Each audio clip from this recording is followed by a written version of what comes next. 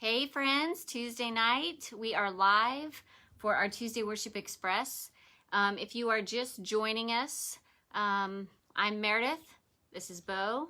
We are married, and we have been in a series of talking about how to fireproof your marriage and not leaving your partner behind, especially in a fire. That's kind of the gist of the devotion that we are going through, the Love Dare, and it's based off of a movie called Fireproof that we have kind of touched on a couple times.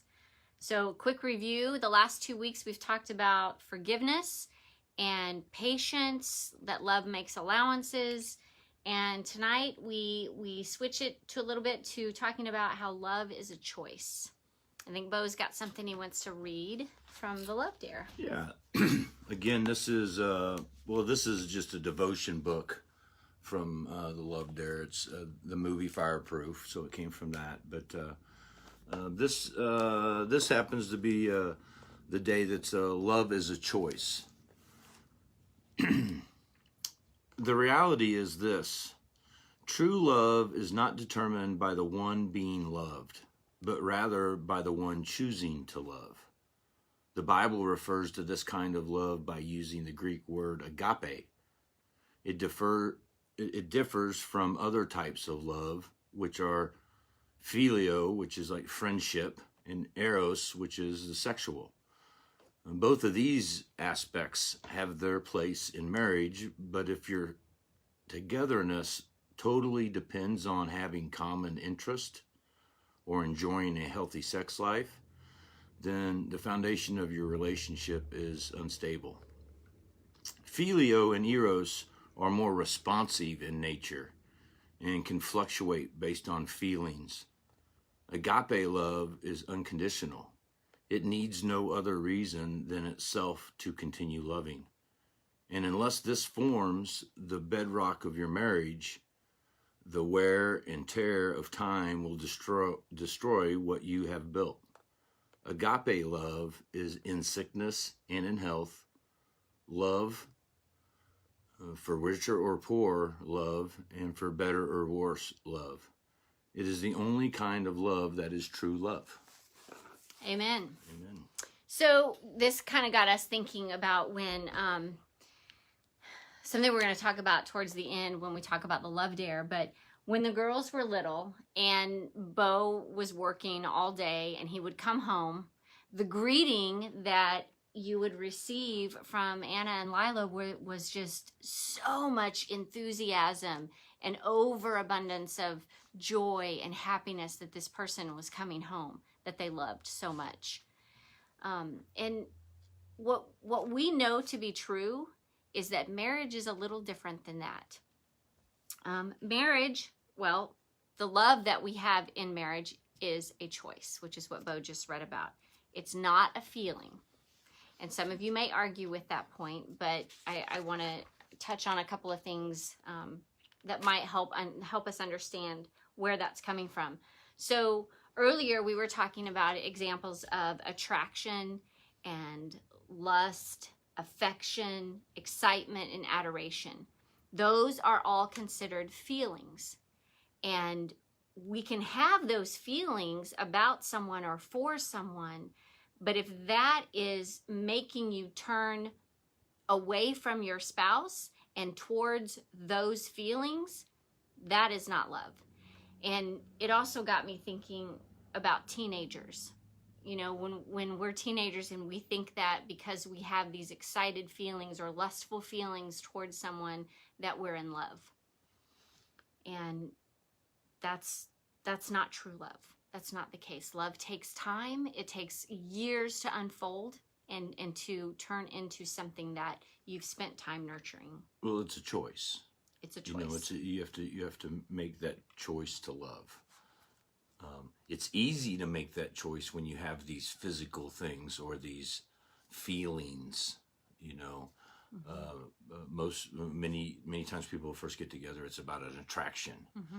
You know, people are attracted to people in certain ways, and then that turns into the lustful feelings, and those are all great parts of relationships and great parts of marriage.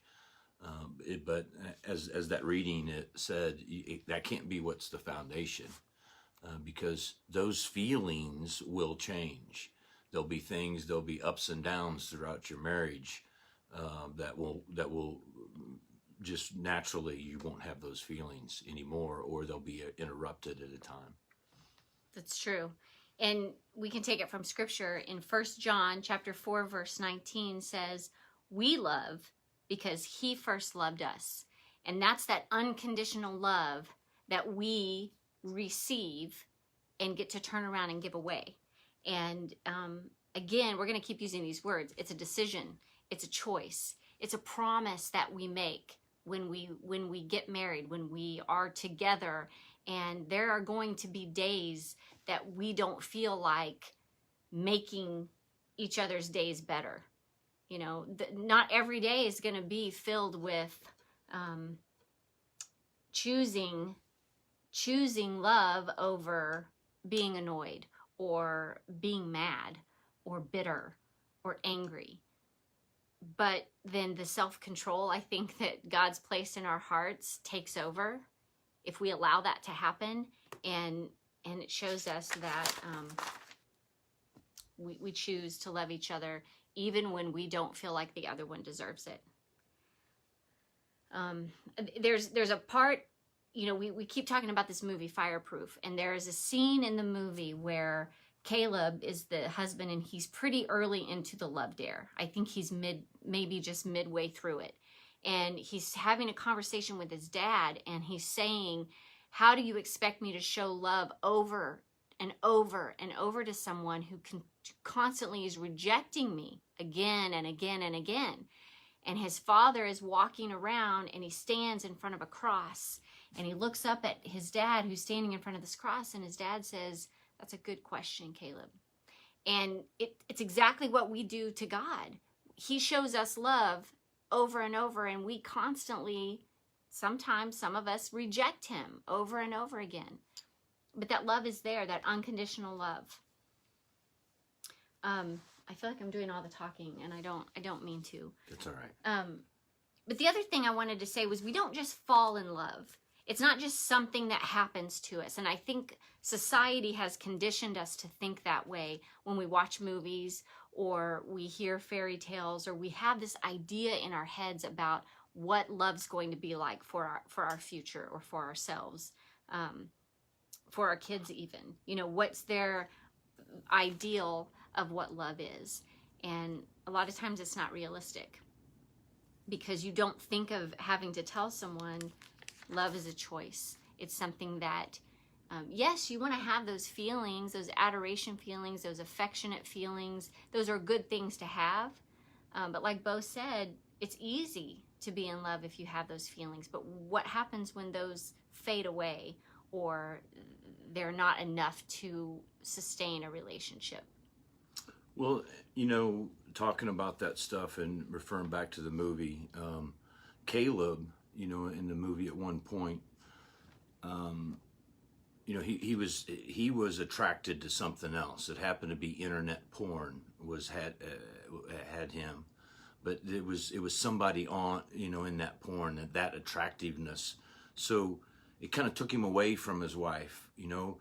And of course, it was, he would make excuses why he would go to that instead of his wife. But really, when it came down to it, towards the end of the movie, it's because he realized he was making a choice to do that. He was choosing to turn away from his wife and turn to that. Now at the end of the movie, he turned to his wife, and it was all good. Same thing with her, you know. Well, because they were arguing so much and not in a good place, she had someone at her work that was showing her affection and adoration and giving her those feelings that maybe this is the path that she should be going, is with this other person. But when Caleb made a very sacrificial, what did he do? He had been saving for something that $20,000 $20,000 he had saved to buy a boat. And he ended up taking that money and putting it towards something for her parents. Yeah. And that sacrifice showed her how serious he was about this commitment that he had made to her years ago. But it's so easy whenever you're, at least in the movie where this couple were, this married couple, and they thought that they were at the end of their marriage, and they thought that, you know, they didn't love each other anymore. They thought that they didn't like each other anymore. And it's so easy to think that when you have things like somebody at work, what did you say, swooning? He was swooning her. Swooning. Swooning. Yeah. So if you have somebody and she's got something to turn to and turn away from her husband. And same way with him. He had this internet addiction, and it was all about his boat, saving money for his boat, so he was turning away from his wife and turning towards those things, which made him feel good. The man at her work made her feel good. So it was all about feelings. Which those feelings, which they thought could be love, he was in love with this boat he's been saving for so long. Those feelings, that's not the right, that's the eros, or what's the other one? I don't know. Yeah. It's not the agape. I didn't know there was going to be a quiz. Yeah, I didn't either. The bottom line is we wake up every day and we make a choice. And like I said, there's going to be good days, there's going to be bad days, but the choice and the promise, the Bible refers to it as a covenant, that we make with each other, for better, for worse, for richer, for poor, in sickness and in health, until death do us part.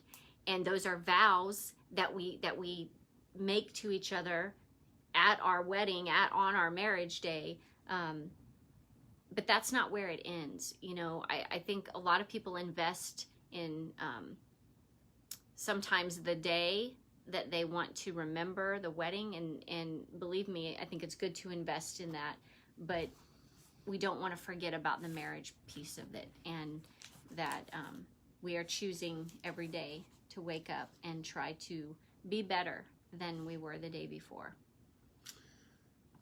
And I think I'm going to... Oh, yeah. We're going to move on? Yeah, move on. So I think we're going to kind of go towards the end of this, and I'm going to give you another dare for this week. So this week's dare is, think of a specific way you'd like to greet your spouse this week. Do it with a smile and with enthusiasm. Allow your greeting to reflect your love for them. I like it. So instead of me coming home from school and Bo going, ugh, what's for dinner? You know, I might say, hey, I made dinner. I don't know. Well, welcome home. Yes, just something different that will bring a smile to your partner. It's baby steps. It's small steps. It's little things that make a big difference later on. So, again, thanks for being here. Thanks for being part of this love dare challenge, whatever you want to call it. And remember, love's a choice. Love is a choice. Yep. And we hope that you choose to be with us next week. Yep. See ya.